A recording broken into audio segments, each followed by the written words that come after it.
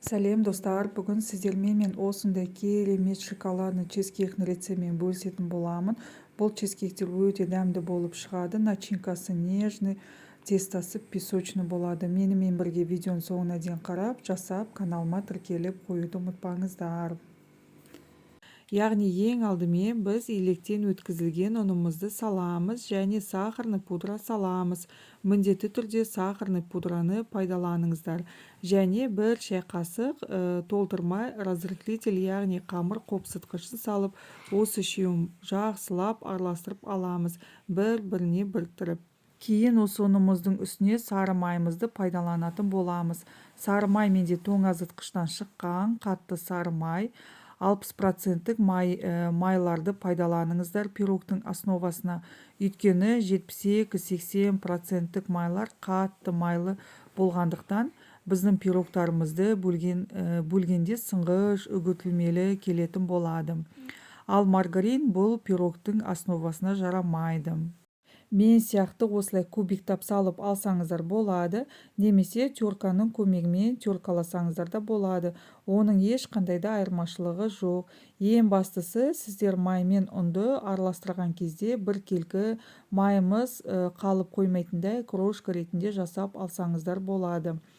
Оған сәл ғана уақыт кетеді. Сондықтан жақсылап майымыз бен ұнымызды қолымызбен езгілеп, крошка дайындап алыңыздар. Сонда ол біздің пирогымыздың тестаның жақсы шығуына осы жерде қатты рөл ойнайды. Осылай видеода көріп тұрғандарыңыздай жақсылап езгілеп крошка дайындап алдым. Енді оның үстіне бір жұмыртқамызды саламыз. Жұмыртқа менде бөлме температурасында тұрған жұмыртқа, жылы жұмыртқа және 20-25-15% кез келген қаймақты пайдалансаңыздар болады. 50 грамм, яғни бір үлкен ас қасықпен сметанамызды салып, және бір жұмыртқаның тек қана сарысын саламыз. Яғни сонда бізде қамырымызға бір жұмыртқа және бір жұмыртқаның тек қана сарысы кетті. Енді осыны жақсылап жұмсақ қамыр илеп алатын боламыз. Видеода көріп тұрғандарыңыздай осылай қолымызбен қамыр илеп шығамыз. Видеода көріп тұрғандарыңыздай бізде сондай нәзік, жұмсақ қамыр болып шықты. Егер де қамырыңыз қолыңызға сәл жабысып жатса, сәл ғана ұн сеуіп жіберсеңіздер болады. Бірақ көп сеппеңіздер, онда біздің қамырымыз қаттылау қамыр болып қалады. Енді салафанға салып 20-30 минутқа тоңазытқышқа салып қоямыз. Енді чизкейгімізді дайындайтын боламыз. Таза құрғақ ыдысымызға міндетті түрде таразының көмегімен барлығын өлшеп салатын боламыз. Творожный сыр саламыз. Творожный сыр менде крем чиздікі 69%.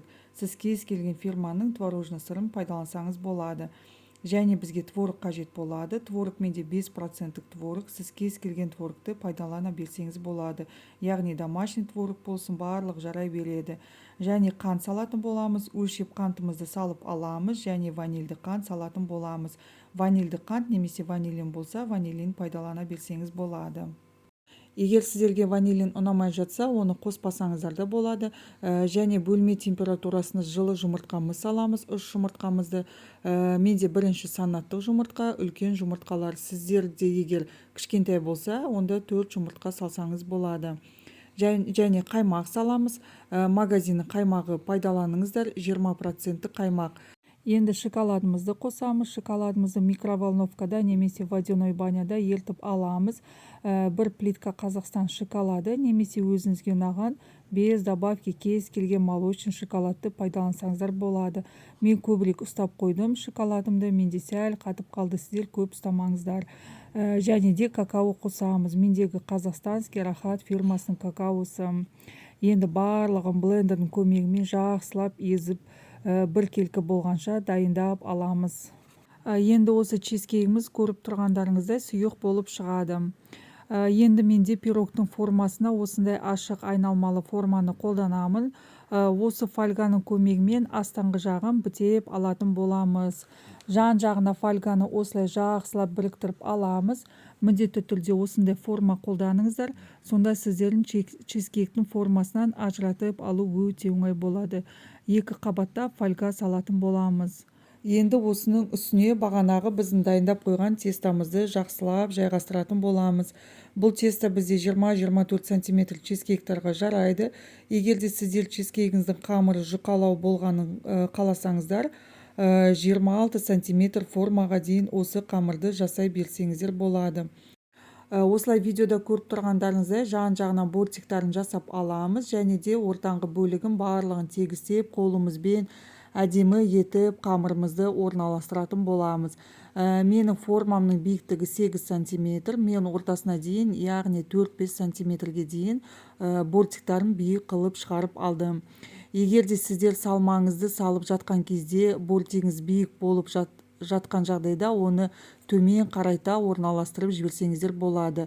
Енді чизкейгіміздің начинкасын ішіне салып орналастырамыз. Орналастырып алғандарыңызда көріп тұрғандарыңыздай менде биік болып шықты. Соны ақырын қолыңызбен төмен қарата түсіріп жүрсеңіздер болады.